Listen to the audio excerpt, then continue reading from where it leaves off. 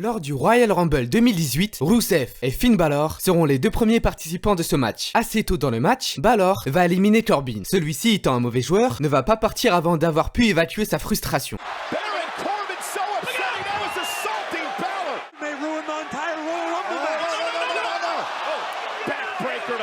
Le match a maintenant débuté depuis une demi-heure. Balor est toujours en compétition. Par contre, Rusev s'est fait éliminer. Balor fera partie des 4 derniers survivants. Cependant, il n'ira pas plus loin puisqu'il se fera éliminer par Cena. Avec un total de 4 éliminations, Finn Balor, malgré son agression, a réussi à tenir pendant 57 minutes et 38 secondes. Lors du Royal Rumble 2021, les deux premiers catcheurs à monter sur le ring seront aussi les deux finalistes de ce match. Après l'élimination de Rollins, Orton revient sur le ring en traître pour RKO'ter son adversaire. Sûrement par instinct de survie, Edge va réussir à contrer la projection.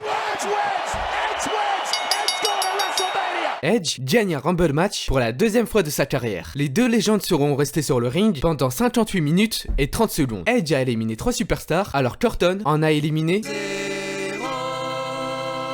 Cela s'explique que suite au coup qu'il a subi, il est resté une partie du match à l'extérieur du ring, sauf que du coup, il est revenu sur le ring que quand il ne restait plus qu'une personne. En gros, il a utilisé la technique que le Miz a déjà utilisée sur lui.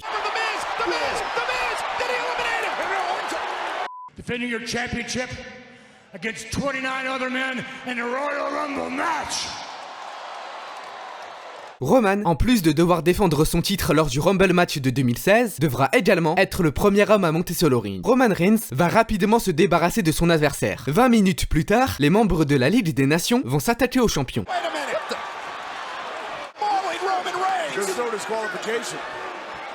Après un match tactique, un super kick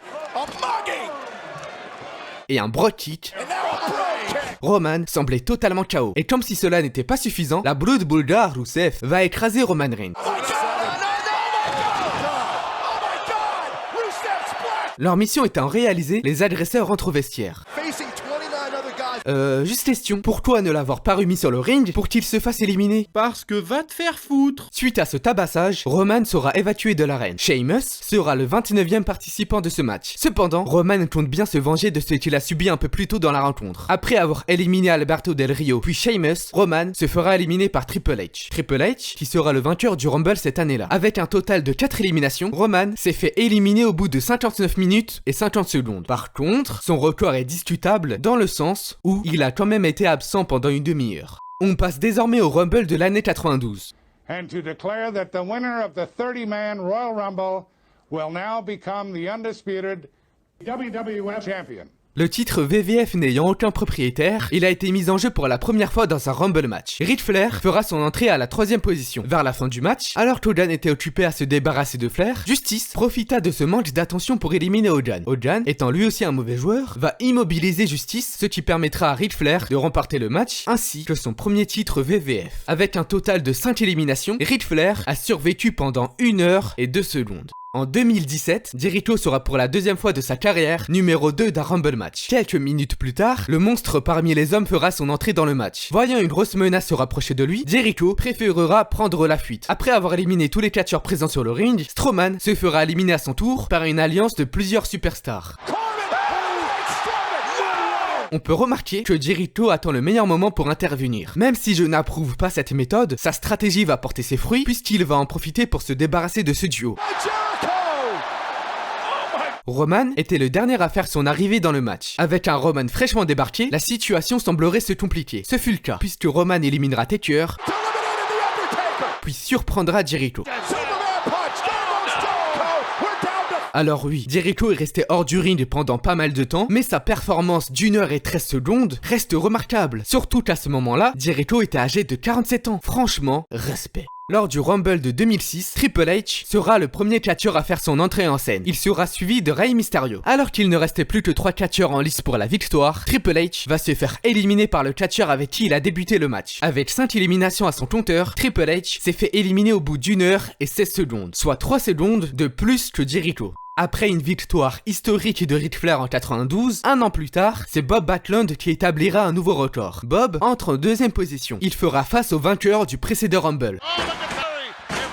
Après avoir éliminé Rick Martel, il va s'en prendre à Yokozuna. Mais bon, face à ce mastodonte, ses probabilités de survie étaient faibles, voire inexistantes. Oh, Backlund is gone!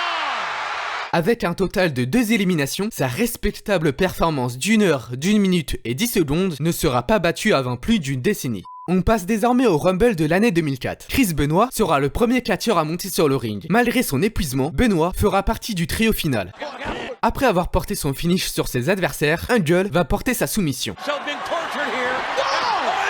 Maintenant qu'Angle est hors jeu, il ne lui restait plus qu'un dernier obstacle sur sa route, et non le moindre. Alors que le Big Show s'apprêtait à le jeter par-dessus la 3ème corde, Benoit, grâce à sa guillotine, va renverser la situation. Avec 5 éliminations à son actif, Chris Benoit a combattu pendant 1 heure, 1 minute et 31 secondes. Michaels, Edge et Benoit sont les seuls à avoir remporté le Rumble match tout en étant rentrés en première position. On retourne en 2006. Comme je vous l'ai dit précédemment, Triple H s'est fait éliminer par Mysterio, mais comme Corbin et Hogan, lui aussi est un mauvais joueur.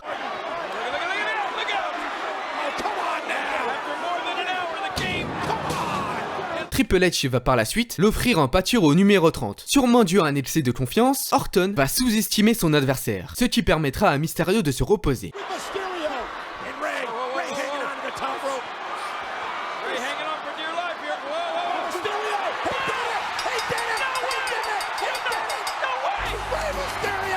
En plus d'avoir remporté le match au bout d'1 heure, 2 minutes et 12 secondes, Mysterio a éliminé 6 superstars. Il faut savoir que 2 mois avant le pay-per-view, Eddie Guerrero est décédé. C'est lui qui était censé gagner le match, mais que pour des raisons évidentes, la fédération a fait gagner le Rumble à Mysterio. Lors de l'édition spéciale du Rumble de 2018, Daniel Bryan est entré en première position. Alors qu'il était mal en point, entre autres à cause des atémies qu'il a reçus, Braun Strowman fera son entrée en numéro 41. Le monstre parmi les hommes va nettoyer le ring en commettant 13 éliminations. Cependant, Daniel Bryan ne fera pas partie de ses victimes. Malgré tous ses efforts, il se fera éliminer par Big Cass, qui lui-même se fera éliminer par Strowman.